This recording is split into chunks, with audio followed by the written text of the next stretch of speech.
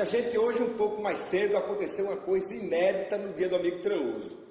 Nós recebemos uma mensagem de Sandro para Elisângela, e ele contou a história deles, que é uma história belíssima, que começou no Dia do Amigo de 2009. Eles se conheceram, ficaram amigos, começaram a namorar, e hoje Sandro mandou uma mensagem para a gente, e a gente gravou um vídeo aqui, um pouco mais cedo, de Sandro pedindo a mão de Elisângela em casamento.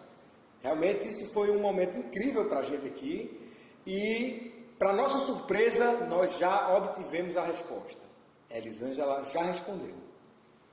Eu queria dizer que às vezes a vida é difícil, que às vezes as coisas nem sempre saem como planejado. A amizade é isso, a gente tem que se arriscar pelas pessoas, a gente tem que ser feliz, mas nem sempre as coisas funcionam da maneira que a gente quer que elas aconteçam. E é uma missão difícil falar isso aqui para vocês, eu fico até meio constrangido, porque é o Dia do Amigo, enfim, a gente está aqui para falar de coisas alegres, né? Mas eu preciso dizer, e vou dizer aqui para você, Sandro, que a Elisângela respondeu, e ela disse que sim, que quer casar com você.